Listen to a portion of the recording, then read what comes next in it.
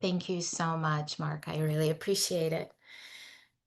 Ah, well, it's really good to be here, and I brought something for my kitchen.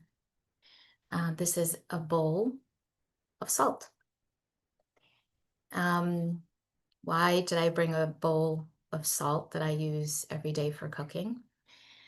Because it shows up in this week's Torah portion in a very interesting way.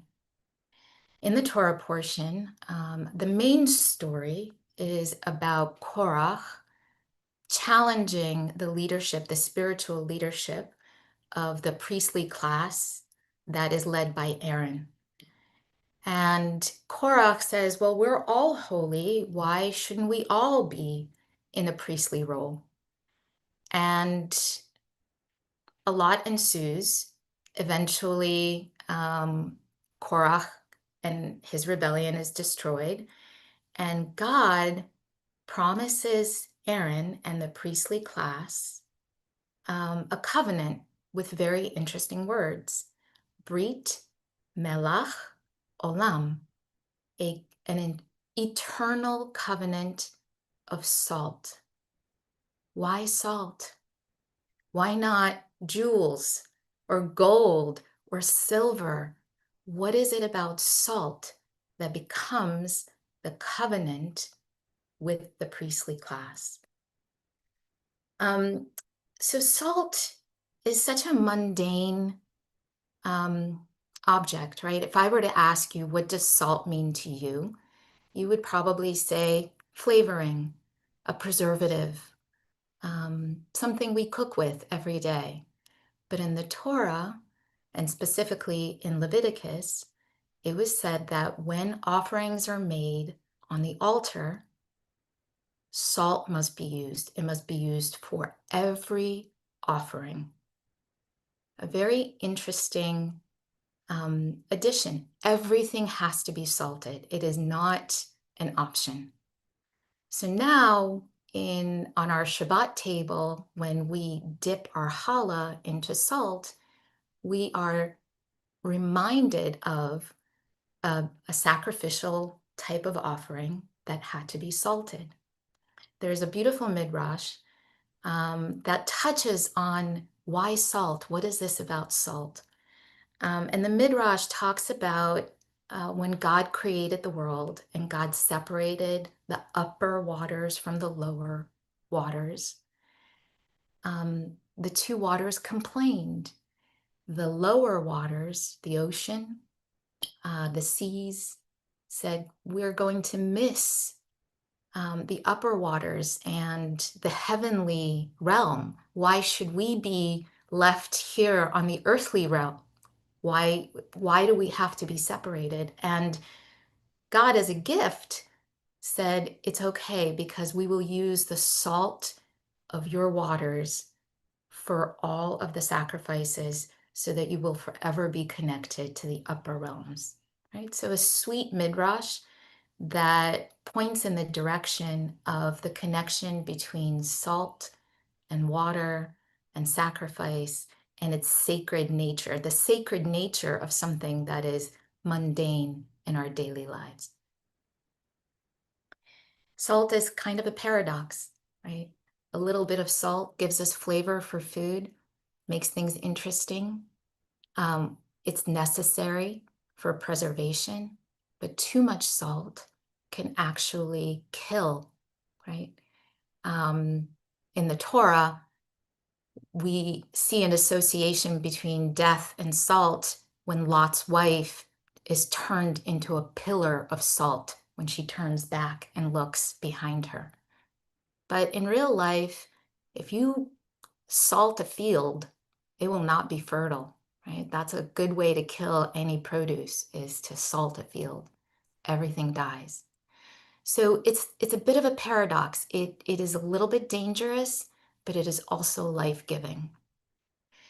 So how do we take this as an inspiration for our meditation practice? There's a sweet story that I want to share with you. I don't know the origin of it, I've heard this story told as something that happened between a Buddhist master and his apprentice. And I've also heard the story told as something that happened between a Rebbe and his student, his Talmud. So take it with a grain of salt, but here's the story. A student, let's just say, comes to his Rebbe and he's full of lament. He's complaining, life is suffering, there's depression, there's sadness, there's so much that is wrong with the world. And the Rebbe says, you know, I have a lesson for you. I need you to take a glass of water and I need you to put a teaspoon of salt in this glass of water and then drink it. So the student drinks it, and the Rebbe says, okay, how does it taste? He says, terrible. It's too salty. It's bitter. He says, okay, now take your teaspoon of salt and let's put it in the lake. And so the student takes the teaspoon of salt, throws it into a freshwater lake. And he says, the Rebbe says, okay, now taste it. And the student tastes the water, says, I don't taste anything. It just tastes like fresh water. Okay. So the salt itself has not changed. The quality of the salt is the same. It is the same pain, the same suffering, the same possibility, right? But the vessel into which you put that salt has changed. So life is about moments of saltiness, right? So that saltiness can be constriction, it can be disappointment, it can look like betrayal or feeling of betrayal or a feeling of victimhood. And in this mundane object that we use in our daily life can become a reminder that the vessel that we place the salt into actually makes a tremendous difference. And perhaps if we can expand our consciousness and expand the vessel, then that saltiness is not as intense and not as bitter. So let us practice together. I invite you to place your feet on the ground beneath you. We have about 20 minutes of practice. I'll lead for the first few minutes, and then we'll sit in silence for your own individual practice.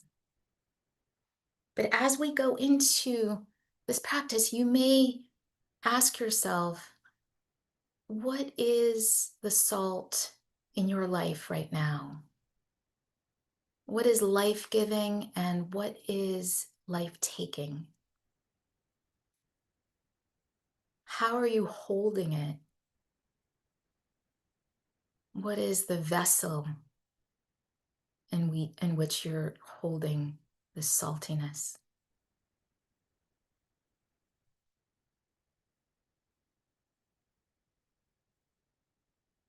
So for this meditation, come into a relaxed, restful posture.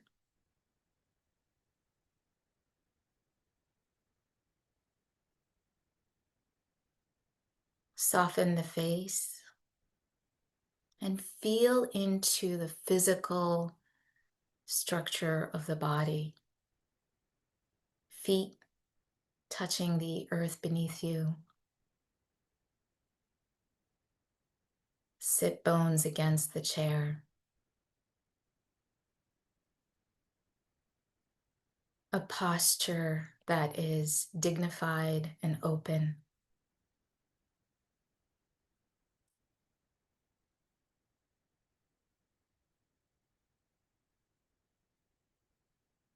You might take a few deep inhales and release with the exhales.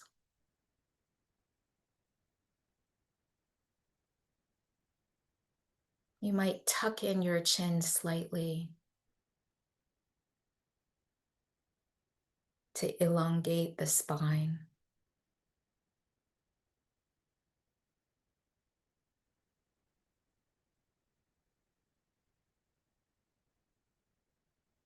And when you feel settled and still,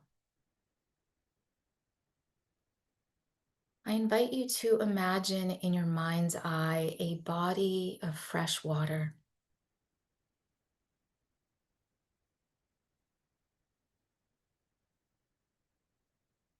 Perhaps something familiar will emerge in your imagination.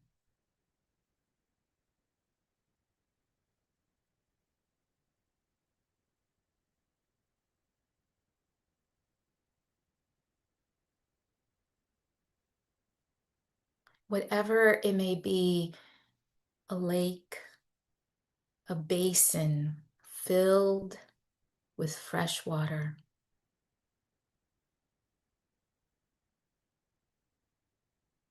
where the water pools.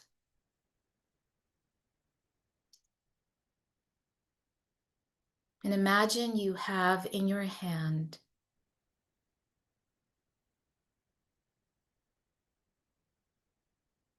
a teaspoon of salt.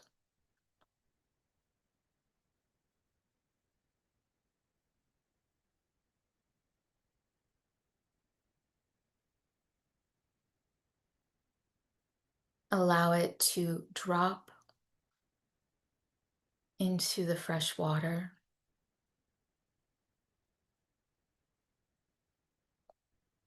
Perhaps in your mind's eye, you might even see it as it floats downward, perhaps catching the light of the sun, and eventually dissolves.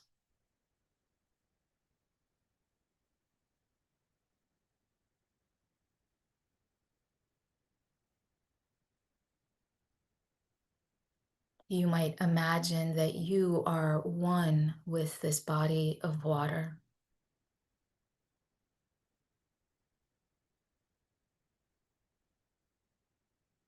Water pooling in the basin of the earth, holding, preserving,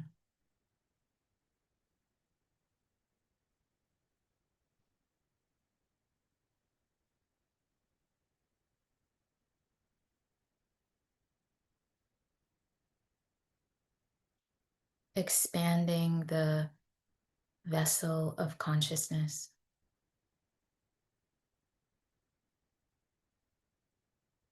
to be a body of water.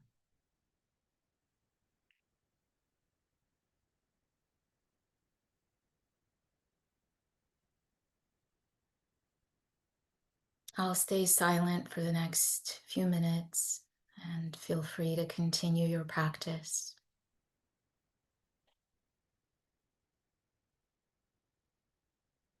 Breathing in, breathing out.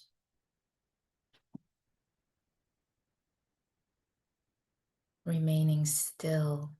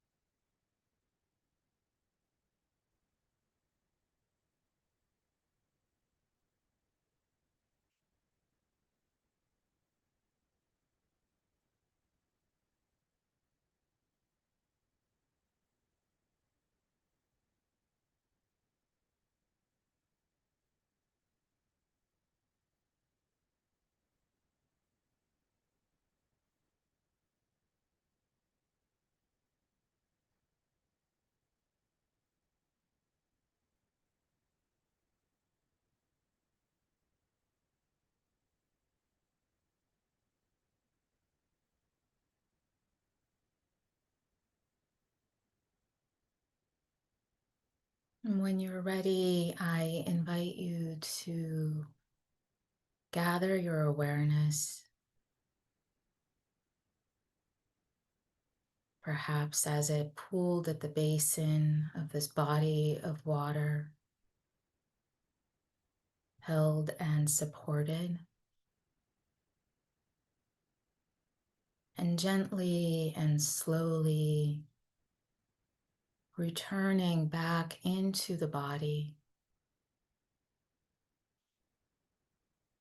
feeling into the touch points between your feet and the floor,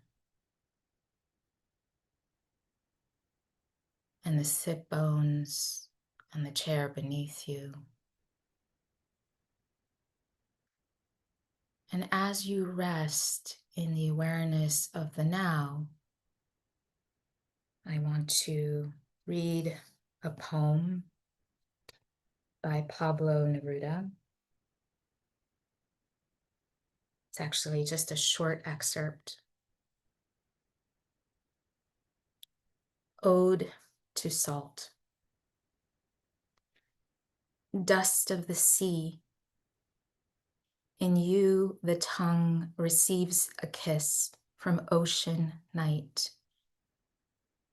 Taste imparts to every seasoned dish your ocean essence. The smallest miniature wave of the salt cellar reveals to us more than domestic whiteness. In it, we taste infinitude.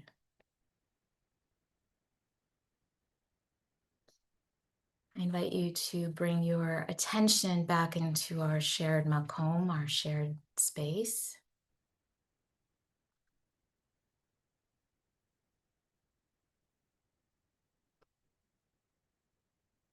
And I believe, Mark, we can say Kaddish. Thank you. Thank you so much. Thank you so much, Marita, for that wonderful teaching, wonderful practice.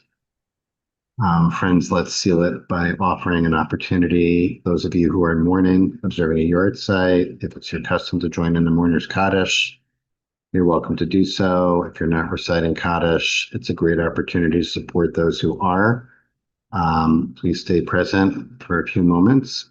You can put the name or names of those you're honoring today in the chat, either now or after you recite Kaddish. And if you're joining me, please rise in body or in spirit, and you can unmute at this time.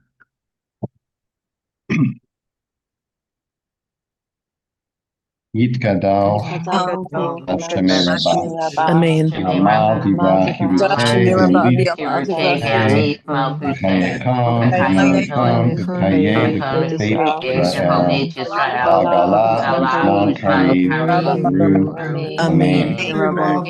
Hishmei Rabba Mibarak, Olam Ulamei Almaya, Yitbarak V'Yishtabach, Ar V'Yitmama, Hadar Vitale Vitala Shemei B'Kutsa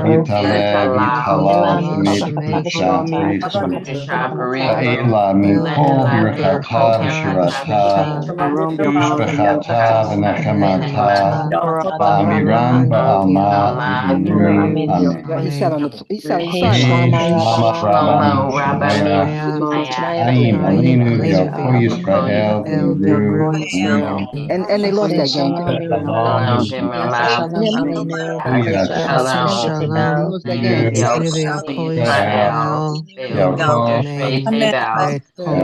Well, oh, his birthday was this past Sunday, Amen. and he had the big fight over down on the lawns of the White House. Friends, thanks for joining us today for this wonderful practice. Chodesh Tov to all. It's a 2-day Rosh Chodesh. Today is the 30th day of Sivan. Tomorrow is day 1 of the month of Tammuz. And as is our practice on Rosh Chodesh, or on or about Rosh Chodesh, will be led in practice by someone from our partners at the Well Project. Tomorrow, Lily Swanborough Becker will lead us in practice. And we hope you'll join us to immerse in the themes of the new month of Tammuz tomorrow. On Wednesday, we'll be led in practice by Cantor Julie Newman, and then another Newman On Thursday, Zach Newman will lead us. And for those who are not with us at the beginning, just a reminder, no live session this Friday because of observance of Juneteenth. So thanks to Rachel Huget for pitching in to hold our tech space today, and Marita Anderson for leading us as always so beautifully. And if you'd like to join us in the conversation, welcome to do so. You can, if you have a question for Marita, please put it in the chat. Write question, if possible, all caps, and I'll keep an eye of it. Yeah, eye on it. Marita, that was great. Before I get to Rena's question, I'm just going to note that on Friday I led the sit and was on the theme of setting our inner Shabbat table. And so this was just like such a great follow up to that. Didn't specifically deal with the salt on the Shabbat table, but this is such a great complement to our practice from Friday. So thank you for that. And also, wow. Well, we're going to get into it, but Rena is asking this question. I loved that story about, the container for the salt, the glass or the lake. And Rena's asking, could the lake or the clear water of awareness, the larger body, could it also be community that effortlessly holds my teaspoon of salt and or the widening waters of perspective that mine is just a teaspoon where others may have a bucket of salt? That's beautiful. That's a really beautiful interpretation. Yeah, I often feel like if, meditation or coming for any sort of spiritual practice, whether it's yoga or meditation or prayer, in a communal setting really helps to feel like you're not carrying your burdens alone. And that could be a really beautiful, the burdens don't disappear, but they're held in a larger space and shared. And that's helpful. Yeah. Yeah, so it goes to that question about what the salt represents too. It's interesting, like I've been thinking in terms of that story and what Rena just said, that in terms there, the salt in a way represents, well, my inclination is to think about the salt as representing something challenging or difficult, but it's easier to hold it with that bigger perspective or community or more spacious mind, right? But it isn't necessarily the case. The salt as you're describing it, has a number of different, and has a whole range of meanings that's so wonderful, like everything from, that which is problematic, you know, I guess represented by Lot's wife being turned into a pillar of salt, which is always a little bit mysterious, to that incredible poem or that excerpt from Neruda's poem, which I'd never seen, and I'm so grateful to you for because it's so great. I really felt like I'd like to print that out and just keep it on the Shabbat table every week as a reminder of the salt. Um, so I just want to throw it back to you for a second, just to kind of like by way of recapping, what's our range of interpretations of what the salt represents? Yeah. Why Well, do we have salt on the table on right. Shabbat? Yeah. So, well, the first interpretation, which I think is very, it comes from this midrash that I mentioned of the separation of the lower waters from the upper waters and the longing of the lower waters toward the heavenly realm, right? Like, so that salt becomes a metaphor for longing, for wanting, right? So that's really, I think that's really beautiful. It also kind of reminded me, in the way that we use olive oil and we say, okay, well, olive oil is not just like it requires, it's used for ritual and it's used for all of these, experiences that help us create a sacred space, but it also requires human interaction. Like you have to actually press the olives. And I was thinking that it's the same with salt. Like you have to extract the salt from the waters to actually bring it to the table, right? It requires some human relationship with nature. Yeah. And I don't know, I really appreciate the earthiness of it and the sense of longing. Hmm. Um, so okay, so that's one metaphor. The other metaphor is, salt as a life giver.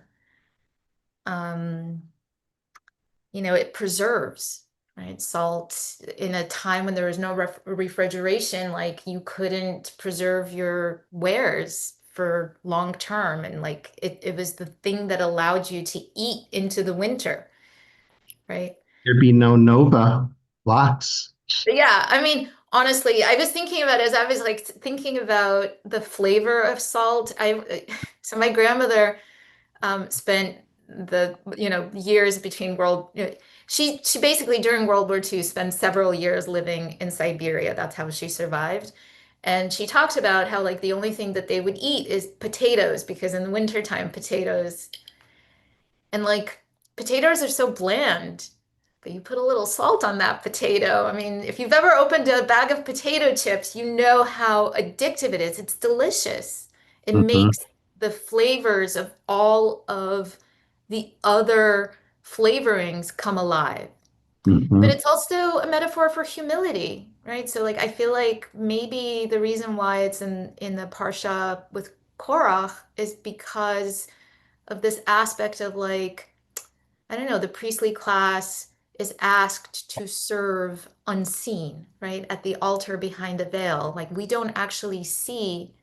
I'm married to a rabbi. I can tell you how much unseen service is Hmm. done by this man. And salt is, when you add it to food, it dissolves and disappears. We don't see it. It's not like pepper, right? Pepper you see, or like turmeric, it turns everything yellow. Salt just dissolves, and it's this unseen magic that makes the flavors come alive. Hmm. Um, but it's not showy. It's not, it's not terribly visible. So Yeah. maybe there's something about that it's like a metaphor for humility. Yeah. I'd love that. I mean, there's so much, it's like, and there in the chat, there's lots of really fantastic associations, and some that are easily very familiar, of course, like the salt water that we dip the parsley or dip Oh, the at carrot Pesach, yeah. in, Essa, right? Which they represent tears. So someone says represent tears, but so like, well, then can represent all the different reasons why we cry, everything from joy to grief, right? So it can represent that as well. Um, Marina's writing it was precious as a trade good, as precious as gold, the salt of life, the salt of the earth. Um, and Lori has a whole, I didn't even know this, my childhood pet gerbil, which self-regulate its own electrolytes by using the hanging salt lick I That's made right. every symbol. That's right. Animals, like if you've ever been to like a dairy farm, there are these giant bricks of salt that are left out for the cows, and they lick the salt to regulate their electrolytes. You're absolutely right. Like salt is necessary for life. You learn a lot here on the Daily Yeah, Sift. Ger- exactly. But Gerbils, but dairy I farming.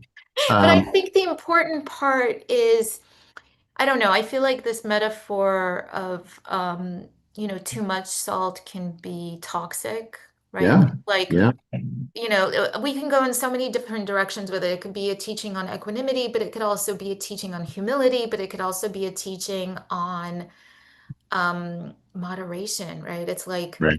I think of the way in which, if salt is a metaphor for um, unhelpful thoughts Hmm. or things that are that we're holding on to that really make Yeah. this smaller It and draws, constrict. it draws, but the way it's Yeah. used in kosher, kosher salt is used in kosher to remove the remnants of the blood to help make food kosher. Also, people are saying that, bringing up in the chat, and it's really true. Thinking about Yam HaMelach in English, it's called the Dead Sea, but in Hebrew, it's literally the Salt Sea. And we have the Kinneret, the freshwater, Mm. right? both there and the fresh water flowing into the salt sea. Yeah. And both of them, by the way, lower by the year, of course, Yeah. and endangered. Danger. Yeah. Yeah. Wow. Uh, this is amazing.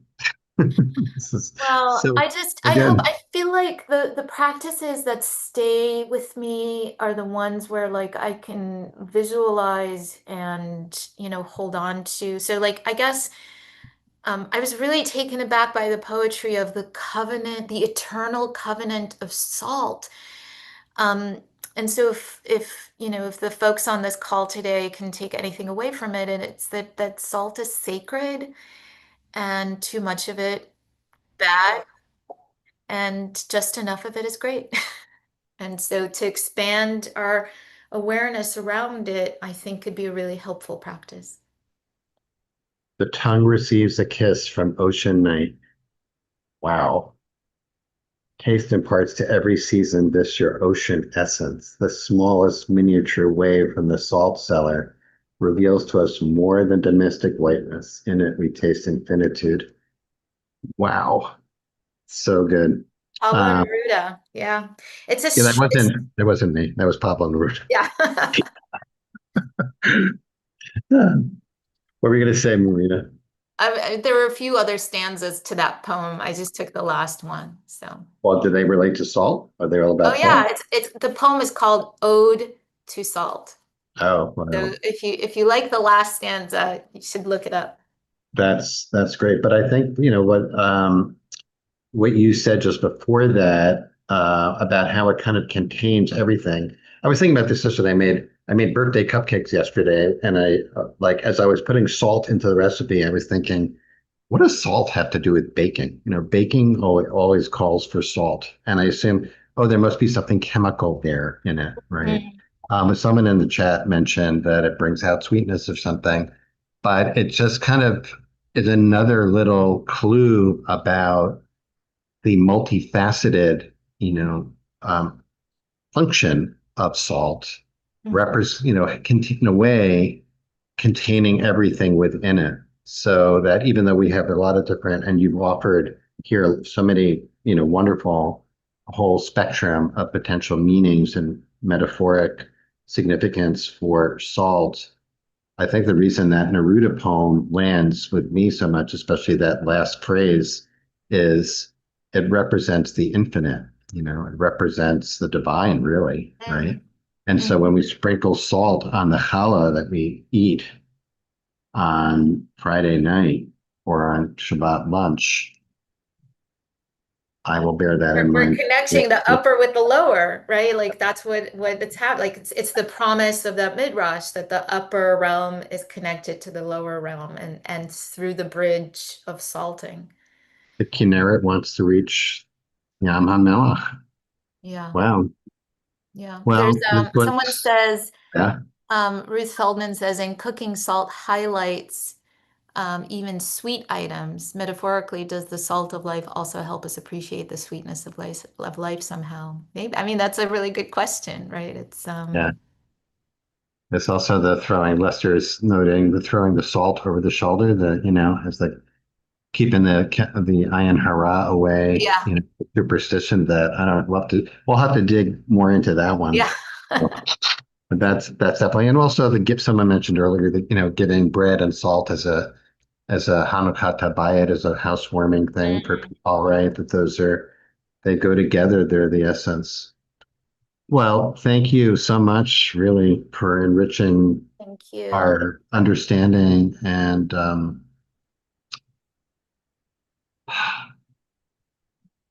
really bring this additional important element into our inner Shabbat table and combining it with the water metaphor of being able to hold it all. And so, Rita, thank you. This was really a gift today. Really appreciate it.